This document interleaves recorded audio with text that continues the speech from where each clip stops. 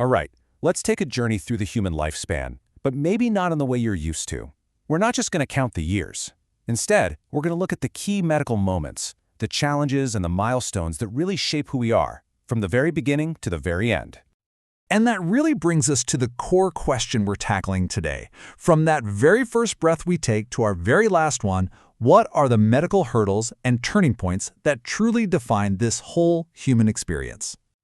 So, where do we begin? Well, right at the start, of course. We're going to look at everything from the first calculations that put a date on a new life, all the way to those first critical moments right after birth.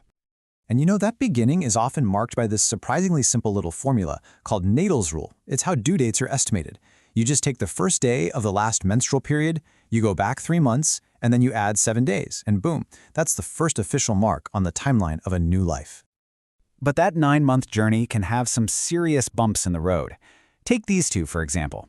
On one hand, you've got placenta previa, which is all about where the placenta is physically located. And with this, there's one absolute non-negotiable rule: no vaginal exams, because the risk of hemorrhage is just too high.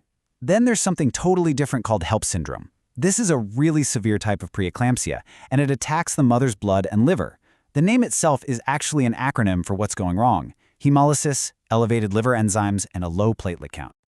And to really get just how serious HELP syndrome is, all you need to do is look at a number like this. See, a normal platelet count should be well over 150,000. So when you see a number like 98,000 pop up on a lab report, well, that is a 5-alarm fire. It's a huge red flag that the body is losing its ability to clot blood, and it means you have to act, and act fast. Okay, so once the baby arrives, in those very first hours of life, they get one of their very first medical tests, the heel stick. And it's a really precise little procedure. But here's the key step, the one that makes all the difference. You have to wipe away that very first drop of blood. Why? Because it's not a pure sample, and it can totally throw off the results of these incredibly important early screenings. So after those fragile first days, we launch into this period of just incredible growth and change. Welcome to childhood, a time packed with milestones, but also its own unique set of medical challenges. And during this stage, developmental checkups are everything. For example, a nurse assessing an infant with Down syndrome would expect to see a pretty distinct set of physical traits, like these epicanthal folds on the eyelids, what's known as hypotonia or decreased muscle tone, and also hyperflexibility.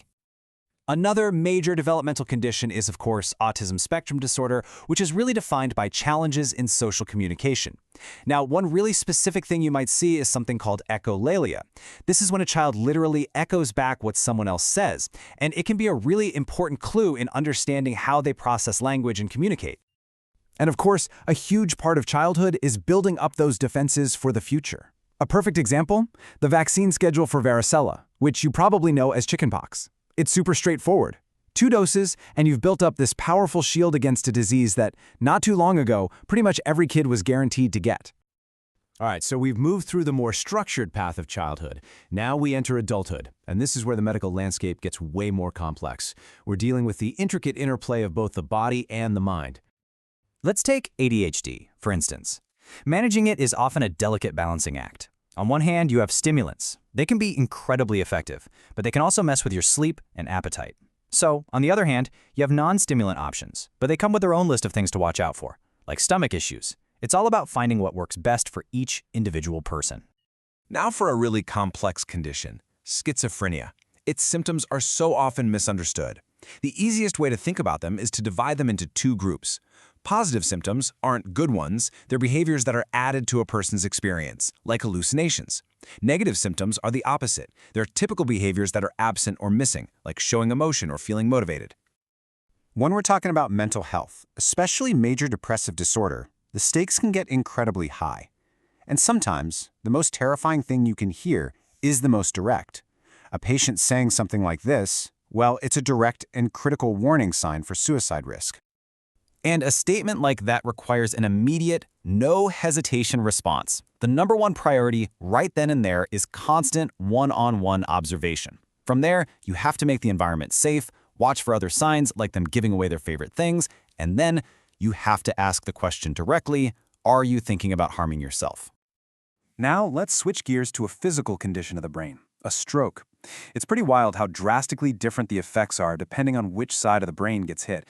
A stroke in the right hemisphere can lead to weakness on the left side of the body and a real lack of awareness or impulse control. But a stroke on the left side, that affects the right side of the body, and very often it involves aphasia, a profound difficulty with language. And so, our journey brings us to its final chapter, aging. This is a stage of life defined by a whole new set of challenges, where the focus so often shifts to navigating the day-to-day with dignity and, above all, compassion. When you think of aging, one of the conditions that might come to mind is Parkinson's disease. It's really defined by 4 main motor symptoms. They call them the cardinal signs. There's a tremor, which you'll often see when someone's at rest. There's rigidity or stiffness, bradykinesia, which is a big word for slowness of movement, and finally, postural instability, which messes with balance. With a condition like advanced Alzheimer's, where a person's cognitive world has become so small and confusing, the entire approach to care has to change. Communication becomes everything, and one of the most powerful and compassionate tools you can use is just sticking to simple yes or no questions. It cuts down on their confusion and frustration immensely. As we approach the end of life, there are 2 terms that get thrown around and confused all the time: palliative care and hospice care. But they have very different philosophies. The key difference is all about timing. Palliative care can start at any point after a serious diagnosis, even while someone is still getting aggressive treatments. Its goal is just to improve quality of life. Hospice, on the other hand, only begins after all curative treatments have stopped. Its sole focus is on providing comfort and dignity in those final months.